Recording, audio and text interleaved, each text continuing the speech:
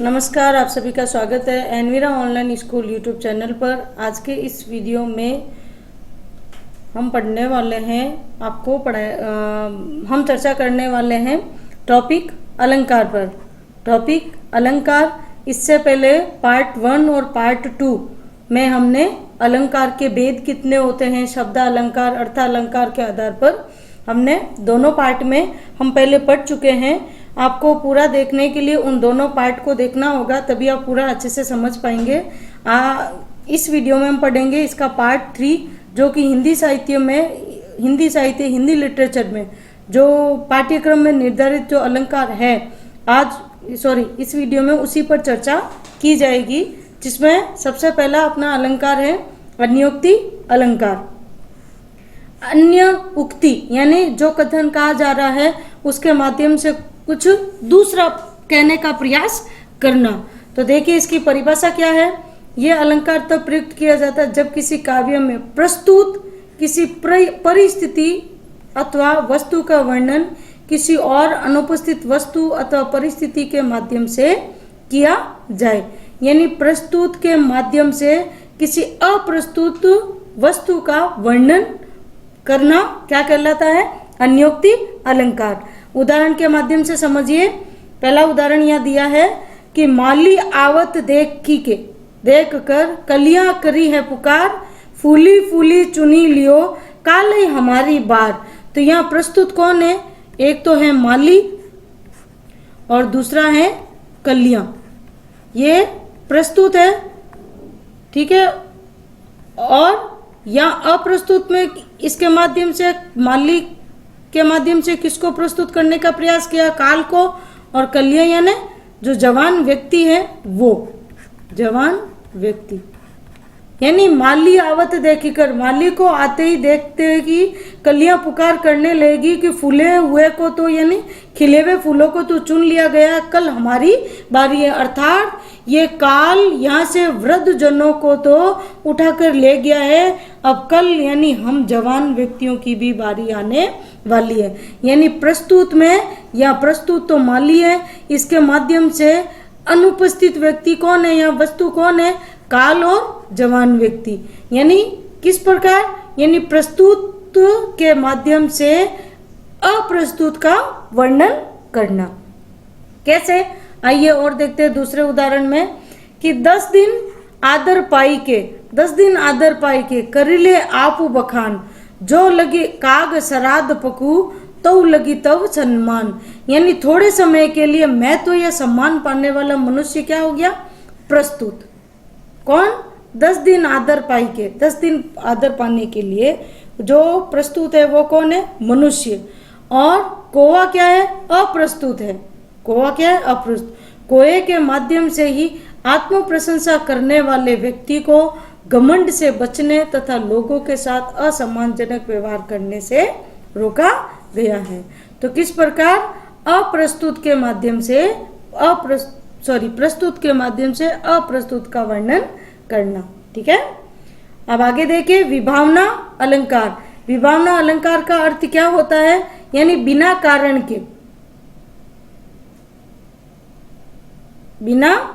कारण के भी कार्य हो जाना। इसका कब किया जाता है, जब किसी निश्चित वजह अथवा कारण की अनुपस्थिति होने के बावजूद, यानी कारण नहीं होते हुए भी कार्य होना, कारण साधन नहीं होते हुए भी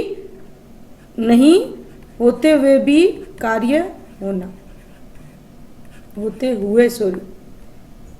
कारण नहीं होते हुए भी कार्य होना।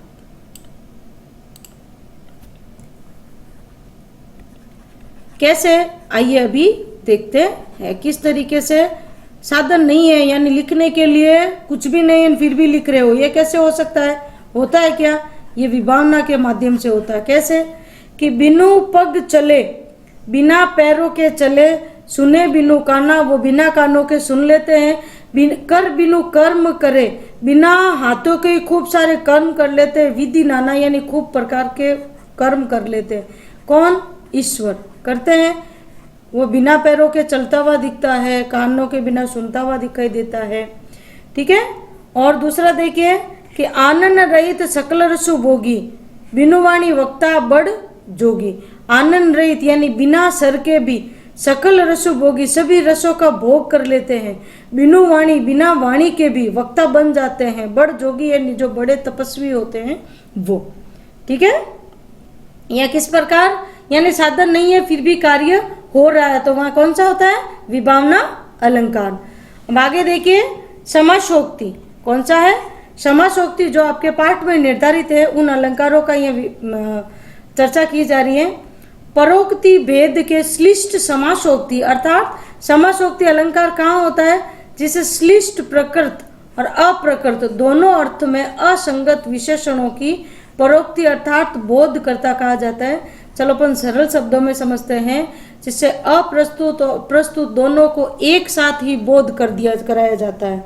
यानी समास अर्थात संक्षिप्त उक्ति के द्वारा, संक्षिप्त कथन के द्वारा दोनों का ही बोध कर एक साथ जहाँ कराया जाता हो वह कौन सा होता है? समासोक्ति। कौन सा होता है? समासोक्ति। कैसे?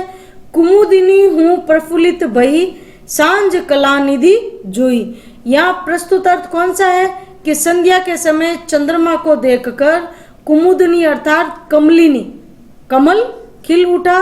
साथ ही साथ यहाँ अप्रस्तुत अर्थ कौन सा है? कि संध्या के समय चंद्रमा अपने प्रियतम को देखकर नायिका प्रसन्न हुई। तो यहाँ कुमुदिनी के माध्यम से किसको? कुमुदिनी के माध्यम से अप्रस्तुत और अप्रस्तुत दोनों लिया है। प्रस्तुत यहाँ कमल की नली, अप्रस्तुत कौन है? नायिका। ठीक है, कलानिधि में भी उसी प्रकार प्रस्तुत कौन है? कि चंद्रमा। यहाँ दोनों ही जगह चंद्रमा और अप्रस्तुत हो गया अपने प्रियतम। यानी प्रस्तुत और अप्रस्तुत दोनों का जहाँ बोध एक साथ हो जाए वहां कौन सा होता है? समासोक्ति अलंकार। दूसरा उदाहरण देखिए, सिंधु सेज पर धरा वधु, अब तनिक संकुचित बैठी सी, प्रलय निशा की हलचल, स्मृति मन में किए सी ऐटी सी। यहाँ पे धरा और वधु, बहू जब नई नई ससुराल में आती है तो वो संकुचित होकर बैठती है, मन में एक क्या रात्रि में होने वाली हलचल को मन में याद करते हुए वह ऐटी सी बैठी रहती है। तो धरा और वधु इन दोनों, ये प्रस्तुत और ये अप्रस्तुत। ठीक है, यहाँ इस प्रकार एक साथ वर्णन किया गया है, समझा गया है, एक साथ ज्ञान हो जाए ऐसा बताया गया है। अगला अलंकार है चौथा, विशेषोक्ति अलंकार, जहाँ कारण नहीं होने पर भी कार्य का नहीं होना, जहाँ कारण होते हुए भी, ये किसका उल्टा है? विभावना का। वहां तो कारण नहीं होता है फिर भी कार्य हो जाता है, और यहाँ कारण होने पर भी कार्य नहीं होना प्रदर्शित किया जाए वहां विशेषोक्ति अलंकार होता है। यानी कार्य को करने के लिए कारण का होना जरूरी है, पर इसके अंदर क्या होता है कि बिना कारण के कार्य नहीं होता है, ये मानते हैं। लेकिन विशेषोक्ति में अलंकार की प्रसिद्धि का कारण क्या है? कि कारण होते हुए भी कार्य संपन्न नहीं होता है। कैसे? आइए उदाहरणों के माध्यम से समझते हैं कि नेहन नैनन को कछु उपजी बड़ी बलाई, पता नहीं वर्षा ऋतु में भी इन नेत्रों को पता नहीं क्या कौन सी बड़ी बला उपज उठी है कि नीर भरे नित प्रति रहे तौन प्यास बुझाए। यानी हमेशा जल से पूर्ण रहने पर भी प्यास नहीं बुझने में विशेषोक्ति है कि जल का अभाव नहीं है लेकिन फिर भी प्यास नहीं बुझ रही है। एक ये भी आता है कि देखो दो दो मेघ बरसते और मैं प्यासी की प्यासी। यहाँ पे उस विरहिणी नायिका का वर्णन है जो प्रियतम के नहीं होने के कारण प्यास नहीं बुझने का वर्णन कर रही है। ठीक है, हो गया।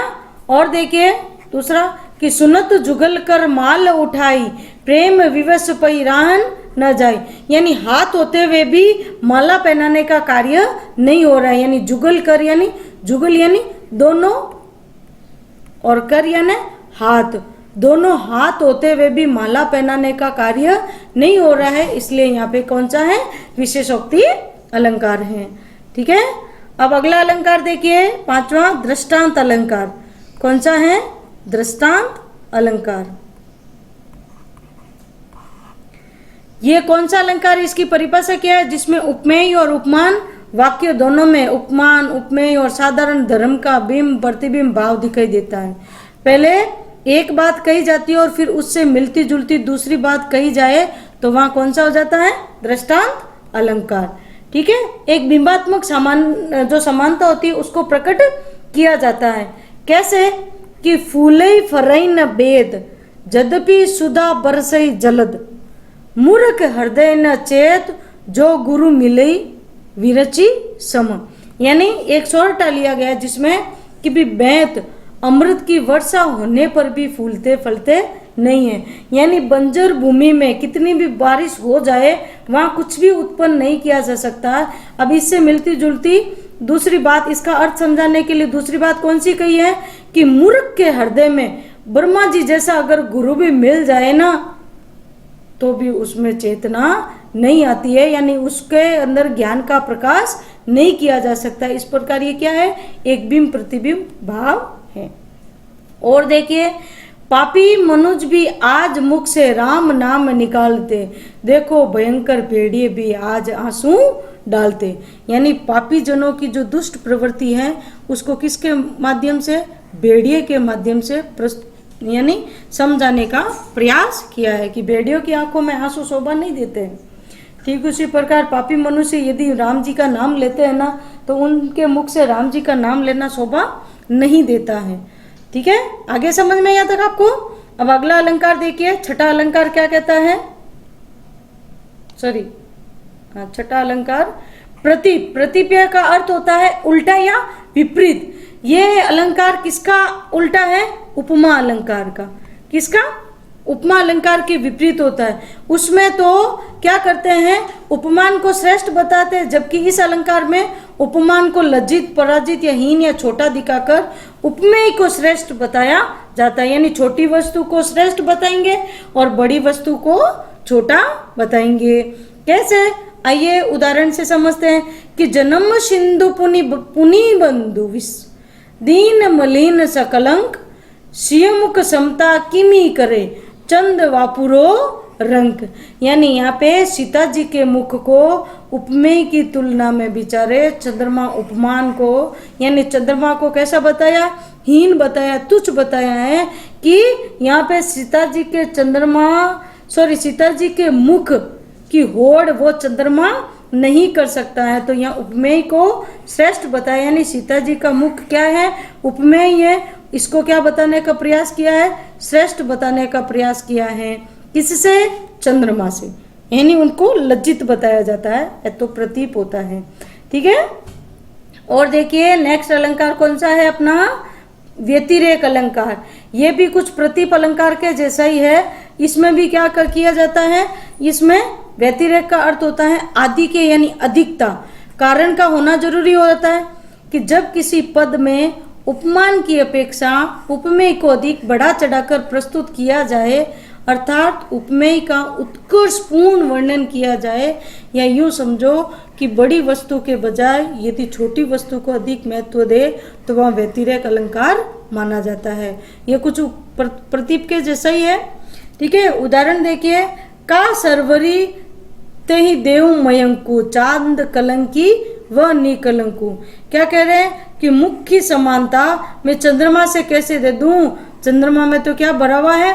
कलंकी कलंक भरा हुआ है। और जबकि मुख कैसा होता है, यानी राधा जी का मुख हो चाहे सीता जी का मुख हो, वो कैसा होता है? निष्कलंक होता है।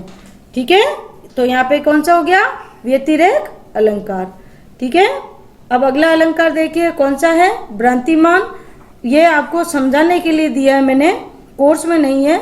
यह अलंकार वहाँ प्रयुक्त होता है जब हमें क्या होता है? किसी गुण, रूप, समानता आदि की वजह से हमें किसमें? उपमेय और उपमान की जैसे निश्चयात्मकता प्रतीत होती है और बाद में वही क्रियात्मक परिस्थिति में अलग परिवर्तित हो जाता है, यानी उपमेय में उपमान होने का भ्रम होना। कैसे? कि बिल विचार कर नाग सुंड में घुसने लगा विसेला सांप। नाग सुंड यानी हाथी की सूंड में कौन घुसने लगा? विसेला सांप। क्या समझकर? उसको बिल समझकर। तो काली ईख समझकर विषधर को उठा लिया तब गजने आप। और हाथी ने भी क्या किया? उस विषधर को काली ईख समझकर उन्होंने भी अपने सूंड में उठा लिया। यानी सांप को हाथी की सूंड में बिल का और हाथी को सांप में किसका भ्रम हुआ? काले गन्ने का भ्रम हुआ। इसलिए यहाँ पे कौन सा अलंकार है? भ्रांतिमान अलंकार। ठीक है, अगला देखिए 9वां कौन सा है? संदेह अलंकार।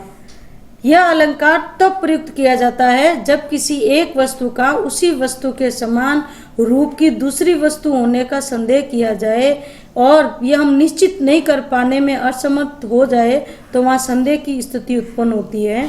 अर्थात किसी व्यक्ति या वस्तु को देखकर संशय यानी शक की स्थिति बन जाए, संदेह की स्थिति बन जाए, इसलिए उसे संदेह अलंकार कहा जाता है।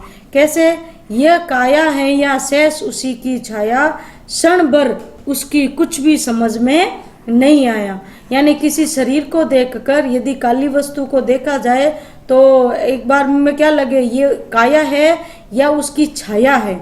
एक बार के लिए जब देखा तो उसको ये समझ में नहीं आया कि वास्तव में ये काया है या छाया है। ऐसे भ्रम हो रहा है किसी की काया में छाया होने का।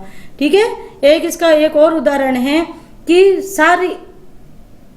सारी विच नारी है कि नारी विच सारी है, सारी ही की नारी है कि नारी है कि सारी है। यानी एक साड़ी पहनी हुई नारी के संदर्भ में ये कहा गया है कि कुछ भी पता नहीं चल रहा है, साड़ी पहनी हुई नारी खड़ी है कि सारी ही नारी को लिए हुए खड़ी है। तो ये किस प्रकार एक संदेह होना, इस प्रकार ये आपके जो अलंकार के जो पार्ट जो निर्धारित हो रखे हैं कक्षा 11, 12, 9 to 12 तक के लिए, ये सारा पार्ट ये पहले दूसरे पार्ट में आपको करवाया जा चुका है। किस प्रकार दिया, जब पूरी विवेचना उदाहरण के साथ में देखो पूरा अलंकार के बारे में किस किस ने अपनी क्या क्या उक्ति कही है, तो उन उक्तियों के साथ में पूरा विश्लेषण और उनके भेद जो उनके उपभेद है उन सभी के साथ में इस अलंकार की संपूर्ण विवेचना सहित आपको कहीं और ये मिलने वाला नहीं है। केवल इसी एनमीरा ऑनलाइन स्कूल यूट्यूब चैनल पर आपको क्या व्याकरण क्या सभी कक्षा पहली से लेकर 12वीं तक के सभी वीडियोस आपको इसी एक ही चैनल पर सभी उपलब्ध हो जाएंगे, वो भी निशुल्क, कोई चार्ज नहीं है। तो आप इसका लाभ उठाइए और औरों तक भी इसको ज़रूर शेयर कीजिए। आप सभी का साथ में बने रहने के लिए बहुत बहुत धन्यवाद। आप सभी के उज्जवल भविष्य की शुभकामना के साथ में आप सभी का जय श्री कृष्णा अभिवादन। मैं प्रमिला टाक आप सभी का धन्यवाद ज्ञापित करती हूँ। वीडियो को पूरा देखने के लिए, लाइक करने के लिए, शेयर करने के लिए आपका बहुत बहुत धन्यवाद, आभार।